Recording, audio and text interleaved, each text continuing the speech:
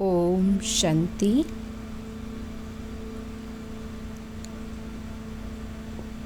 आज के अव्यक्त बाप दादा के रिवाइज महावाक्य 8 अप्रैल 92। बाबा की वाणी का टॉपिक है ब्रह्मा बाप से प्यार की निशानी। ब्रह्मा बाप से प्यार की निशानी है अव्यक्त फरिश्ता बनना। आज बेहद का बाप अपनी आदि श्रेष्ठ डायरेक्ट रचना को देख रहे हैं। ब्राह्मण आत्माएं डायरेक्ट शिव वंशी ब्रह्मा कुमार और कुमारियां हो। ब्राह्मण आत्माएं आदि देव की आदि रचना हो। इसीलिए कल्प वृक्ष में ब्राह्मण फाउंडेशन अर्थात जड़ में दिखाए गए हैं। अपना स्थान देखा है ना, बाबा पूछते।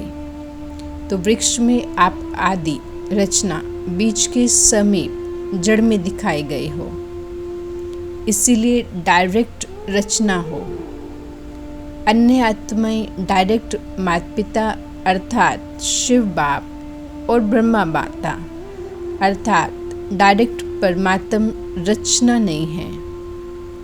आप डायरेक्ट माता पिता की रचना हो। फर्क है ना।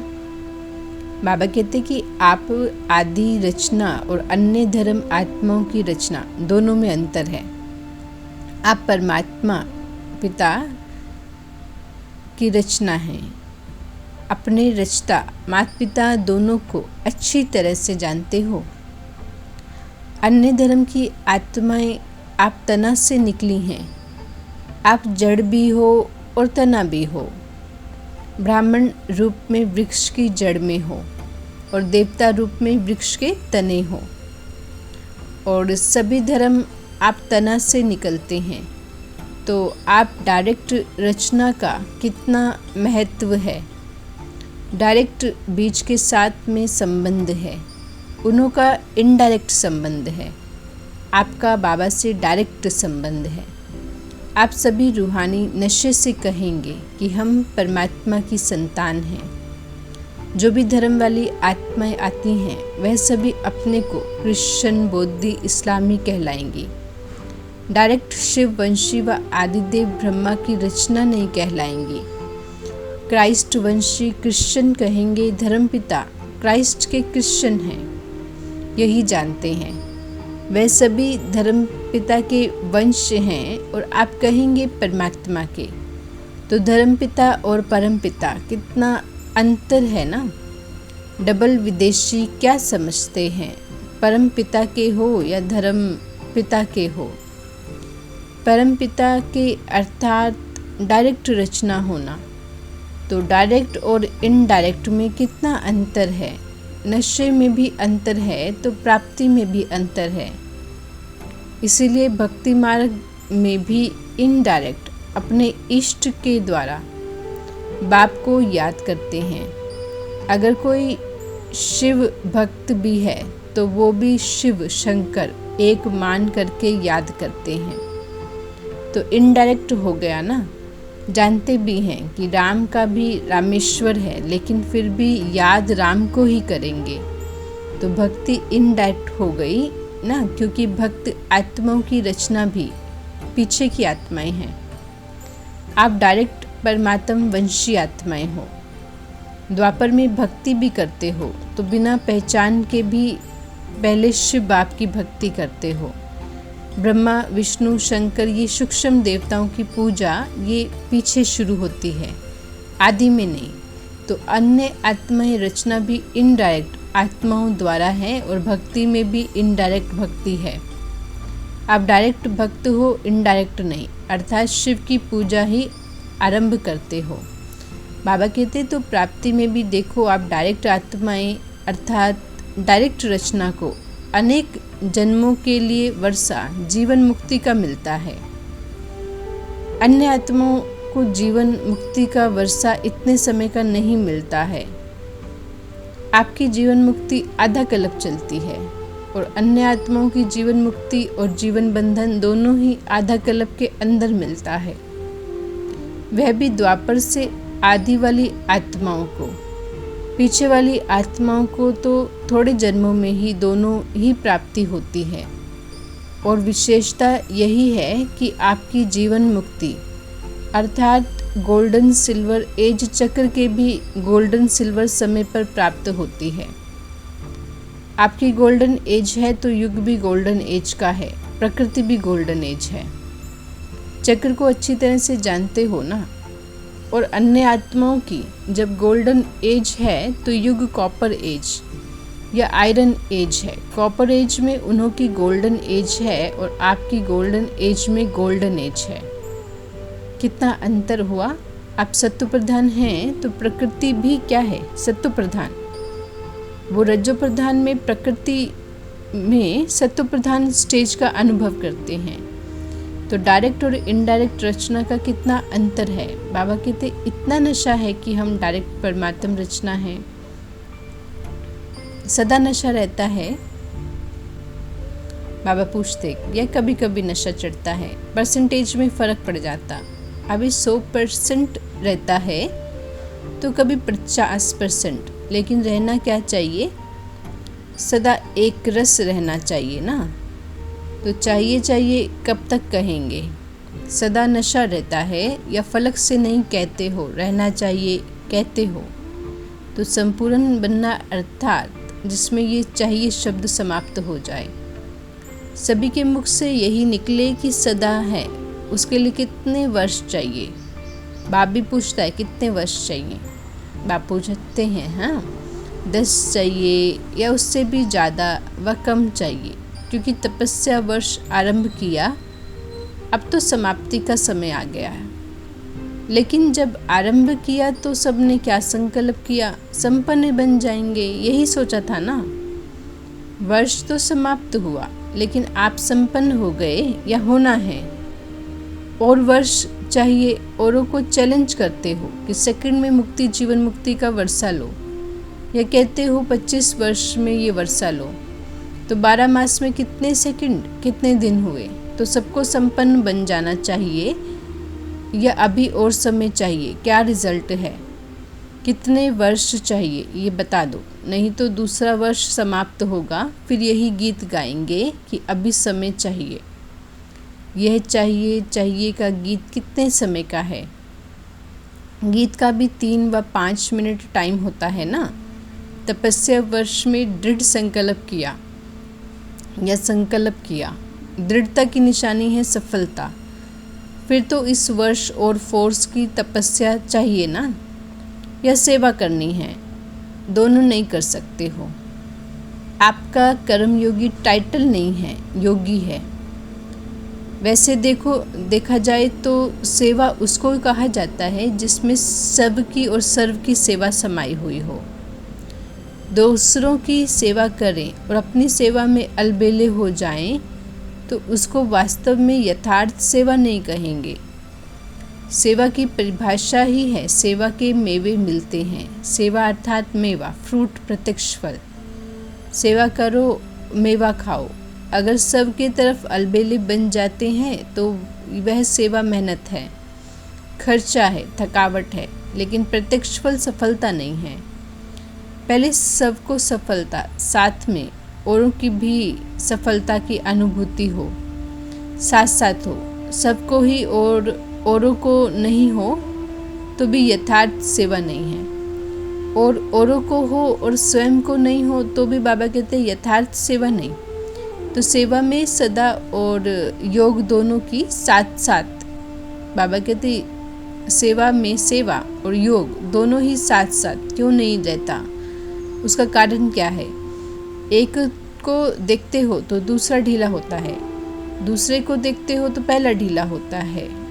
इसका कारण क्या है, कारण है कि सेवा के प्लान तो बहुत अच्छे बनाते, लेकिन प्लान जो बनाते हैं वो स्वच्छ बुद्धि प्लान नहीं बनाते हैं। प्लेन स्थिति में बाबा कहते इसमें मिक्स करते सूक्ष्म रीति, माया या अन्य प्रकार की अशुद्धि तो बाबा ने कहा प्लेन बुद्धि नहीं बनते हैं तो प्लान नहीं बनता है। प्लेन बुद्धि अर्थात सेवा करते और कोई भी बात बुद्धि को टच नहीं करे। दुनिया की हद की कोई भी बात बाबा कहते बुद्धि को टच नहीं करे, सिवाय निमित्त भाव और निर्माण भाव। निर्माण करते निर्माण स्थिति की कमी हो जाती है, इसीलिए निर्माण का कार्य जितना सफल करना चाहते हो उतना सफल नहीं होता है। शुभ भावना व शुभ कामना का बीज ही है निमित्त भाव और निर्माण भाव। हद का मान नहीं लेकिन निर्माण। इसीलिए सेवा के प्लान बनाने के पहले प्लेन बुद्धि बनाना अति आवश्यक है। नहीं तो प्लेन बुद्धि के बजाय अगर बुद्धि में और अयथार्थ भाव का किचड़ा मिक्स हो जाता है तो जो सेवा का प्लान बनाते हो उसमें भी रतन जड़ित के साथ साथ पत्थर भी जड़ जाते हैं। रतन और पत्थर मिक्स हो जाते हैं। 9 रतन जड़ेंगे तो एक पत्थर मिक्स करेंगे। कोई भी चीज़ में 9 रियल हो और एक आर्टिफिशियल हो तो वैल्यू क्या होगी। और ही लेने वाले के भी संकल्प चलेंगे कि यह 9 भी रियल हैं या मिक्स हैं। इसीलिए सेवा के प्लान के साथ साथ प्लेन बुद्धि का अटेंशन पहले रखो। अगर प्लेन बुद्धि है और सेवा का प्लान इतना बड़ा नहीं भी है फिर भी प्लेन बुद्धि वालों को नुकसान नहीं है, बोझ नहीं है। बाबा कहते सेवा का फ़ायदा कम है लेकिन नुकसान तो नहीं कहेंगे ना। मिक्सचर बुद्धि में तो नुकसान है, इसलिए यह वर्ष भी तपस्या का करेंगे। सेवा में तो कहते हो कि नीचे आ जाते हैं तो क्या करेंगे, सिर्फ तपस्या करेंगे। जब स्वयं संपन्न बनो तब विश्व परिवर्तन का कार्य भी संपन्न होगा। आप सबके संपन्नता की कमी के कारण विश्व परिवर्तन का कार्य संपन्न होने में रुका हुआ है। प्रकृति दासी बन आपकी सेवा के लिए इंतज़ार कर रही है कि ब्राह्मण आत्माएं ब्राह्मण सो फरिश्ता और फिर फरिश्ता सो देवता बने। तो हम दिल व जान सिक व प्रेम से सेवा करें, क्योंकि सिवाय फरिश्ता बने देवता नहीं बन सकते। ब्राह्मण से फरिश्ता बनना ही पड़ेगा और फरिश्ता का अर्थ ही है जिसका पुरानी दुनिया, पुराने संस्कार, पुरानी देह के प्रति कोई आकर्षण का रिश्ता नहीं। दोनों में पास चाहिए, तीनों से मुक्त। वैसे भी ड्रामा में पहले मुक्ति का वर्षा है, फिर जीवन मुक्ति का। वाया मुक्ति धाम के आप जीवन मुक्ति में नहीं जा सकते। तो फरिश्ता अर्थात मुक्त और मुक्त फरिश्ता सो जीवन मुक्त देवता बनेगा। तो कितना % फरिश्ता बने हो कि ब्राह्मण बनने में ही खुश हो। फरिश्ता बनना अर्थात अव्यक्त फरिश्ता स्वरूप ब्रह्मा बाप से प्यार हो। जिसका फरिश्ता स्थिति से प्यार नहीं तो ब्रह्मा बाप नहीं मानता कि मेरे से भी प्यार है। प्यार का अर्थ होता ही है समान बनना। ब्रह्मा बाप फरिश्ता है ना। फरिश्ता बन आप सबको फरिश्ता बनाने के लिए फरिश्तों की दुनिया में रुके हुए हैं। सिर्फ मुख से नहीं कहो कि बाप से बहुत प्यार है, क्या वर्णन करें। लेकिन ब्रह्मा बाप सिर्फ कहने से खुश नहीं होते, बनने से होते हैं। कहने वाले तो भक्त भी बहुत हैं, कितने प्यार के गीत गाते हैं, इतने प्यार के गीत गाते हैं जो अनेकों को हंसा भी देवे तो रुला भी देते हैं। वे सब हैं कहने वाले और आप हो बनने वाले। अगर सिर्फ कहते रहते हैं तो समझो अभी भक्ति का अंश रहा हुआ है। ज्ञानी तो आत्मा, योगी तो आत्मा नहीं कहेंगे, लेकिन भक्त योगी आत्मा कहेंगे। अब क्या करेंगे? कोई नवीनता दिखाएंगे या जैसे इस वर्ष किया वही करेंगे? ऐसा भी समय आएगा जो बाप दादा उन्हों से ही मिलेंगे जो करने वाले हैं, जो बनने वाले। सिर्फ कहने वाले नहीं। अभी तो सभी को अलाउ कर देते हैं, भावना वाले भी आ जाओ, ज्ञानी योगी तो आत्मा भी आ जाओ, लेकिन समय परिवर्तन होना ही है। इसीलिए अपने ऊपर और 10 गुना अंडरलाइन करके परिवर्तन होकर दिखाओ। फिर बाप दादा को उल्हना नहीं देना कि ऐसे कैसे होगा, ऐसे क्यों किया। आप पुरुषार्थ में स्ट्रिक्ट नहीं होते हो तो बाप को स्ट्रिक्ट होना ही पड़ेगा। अभी तो बाप के प्यार स्वरूप से चल रहे हो, पल भी रहे हो बाबा कहते, लेकिन सतगुरु का रूप धर्मराज नहीं, सतगुरु की आज्ञा तो सर माथे गाई हुई है। अभी तो बाप दादा मीठे बच्चे, प्यारे बच्चे कहकर चला रहे हैं। अगर प्यार है, मिलन की प्यास है तो समान बनकर मिलो, महान अंतर में नहीं मिलो। समान बनकर मिलने में बहुत मज़ा है। ये मज़ा और है। अच्छा, बाप से मिल लिया, दृष्टि ले ली, वहाँ गए तो फिर कोई कमज़ोरी आ गई, शक्ति मिली और काम में लाई। 1-2 बार विजयी बने, फिर कमज़ोर बन गए, तो यह अपने प्रकार का मिलना है। लेकिन यथार्थ प्यार, यथार्थ मिलन इससे बहुत ऊंचा है, बहुत बहुत प्यारा है। उसका अनुभव करो। समझा? सतगुरु की कोई ने आज्ञा नहीं मानी तो सतगुरु है ना। बाप के आगे तो बच्चों के नाज लाड कोड चलते हैं। अगर बाप से सच्चा प्यार है तो इस वर्ष में फरिश्ता के समान बनकर दिखाओ। अभी इतने सब मिलने के लिए आए हैं ना, बहुत अच्छा है, लेकिन और अच्छे से अच्छा करना है। प्यार करना और प्यार निभाना, उसमें अंतर है। करने वाले तो सभी हो, अगर प्यार नहीं होता तो इतने सब क्यों आते। लेकिन करना और निभाना, इसमें अंतर हो जाता है। प्यार करने वाले अनेक होते हैं और निभाने वाले कितने होते हैं। तो आप निभाने वाले हो ना। निभाने वाले फिर चाहिए नहीं कहेंगे। प्रैक्टिकल है, सिर्फ मुख से नहीं। सुनाया ना कि तपस्या के चार्ट में भी अपने को मार्क्स सर्टिफिकेट देने वाले बहुत हैं, लेकिन सर्व के संतुष्टता का सर्टिफिकेट कोई को प्राप्त होता है। चार्ट रखने वाले भी बहुत निकले, अपने को अच्छे से अच्छा सर्टिफिकेट देने वाले भी बहुत निकले। बहुत नहीं हैं लेकिन कुछ हैं। सेकंड नंबर वाले बहुत हैं, लेकिन सबके मुख से यह निकले कि हाँ, यह नंबर 1 है। सबके दिल से यह दुआओं का सर्टिफिकेट मिले, इसको कहेंगे नंबर 1।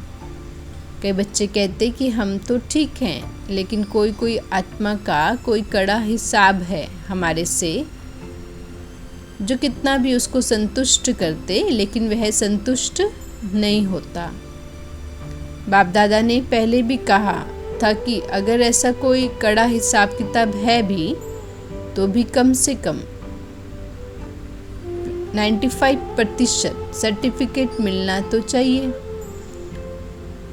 5% का कड़ा हिसाब किताब, वो भी माफ़, लेकिन 95% दिल से दुआएं दे। कई ऐसे कहते कि सबसे संतुष्ट कौन है, ऐसा तो एक भी दिखाई नहीं देता। बड़ों के लिए भी सोचते कि इनसे ही नाराज़ हैं तो हमसे हुए तो क्या बड़ी बात, लेकिन उन्हों से 95% दिल से तो राज़ी हैं। बड़ों की बात दूसरी है, बड़ों को जज भी बनना पड़ता है। तो 2 में से 1 की बात को हाँ करेंगे और वह कहेंगे बहुत अच्छे हैं, और जिसको ना करेंगे वो क्या कहेंगे, ये भी अच्छे नहीं हैं। तो जज 1 को हाँ करेगा या दोनों को, तो वो बात अलग है। लेकिन दिल की तपस्या, दिल का प्यार, निमित्त भाव, शुभ भाव, वो सर्टिफिकेट सामने देखो। ये नहीं कॉपी करो कि बड़ों से भी संतुष्ट नहीं हैं, हम तो पास हो जाएंगे, ऐसे नहीं सोचो। 95% अगर संतुष्ट हैं तो नंबर मिल जाएगा, समझा? अच्छा, चारों ओर के आदि पिता के आदि रचना, डायरेक्ट रचना, श्रेष्ठ आत्माएं, सर्व जीवन मुक्त का वर्षा अनेक जन्म प्राप्त करने वाली आत्माएं, सर्व ब्राह्मण सो फरिश्ता, फरिश्ता सो देवात्मा बनने वाली अधिकारी आत्माएं, सदा प्लेन बुद्धि बनकर सेवा के प्लेन में सफलता प्राप्त करने वाली आत्माएं, बाप से सच्चा स्नेह, सच्चा प्यार निभाने वाली सर्व समीप आत्माओं को बाप दादा का याद, प्यार और नमस्ते। हम बच्चों का मीठे बाबा को गुड मॉर्निंग, नमस्ते बाबा, शुक्रिया बाबा। बाबा का वरदान है कंट्रोलिंग पावर के द्वारा तूफान को भी तोहफा बनाने वाले यथार्थ योगी भव। कंट्रोलिंग पावर के द्वारा तूफान को भी क्या बनाना है? तोहफा बनाने वाले यथार्थ योगी भव। बाबा कहते हैं यथार्थ व सच्चा योगी वह है जो अपनी बुद्धि को 1 सेकंड में जहाँ और जब लगाना चाहे वहाँ लगा सके। परिस्थिति हलचल की हो, वायुमंडल तमोगुणी हो, माया अपना बनाने का प्रयत्न कर रही हो, फिर भी सेकंड में एकाग्र हो जाना, यह है याद की शक्ति। कितना भी व्यर्थ संकल्पों का तूफान हो, लेकिन सेकंड में तूफान आगे बढ़ने का तोहफा बन जाए, ऐसी कंट्रोलिंग पावर हो, ऐसी शक्तिशाली आत्मा कभी ये संकल्प नहीं लाएगी कि चाहते तो नहीं हैं लेकिन हो जाता है। स्लोगन है योग युक्त और युक्ति युक्त कर्म करने वाले ही विघ्न प्रूफ बन सकते हैं। योग युक्त और युक्ति युक्त कर्म करने वाले ही विघ्न प्रूफ बन सकते हैं। आज के अव्यक्त बाप दादा के रिवाइज महावाक्य टॉपिक ब्रह्मा बाप से प्यार की निशानी है अव्यक्त फरिश्ता बनना। शुक्रिया बाबा। ओम शांति।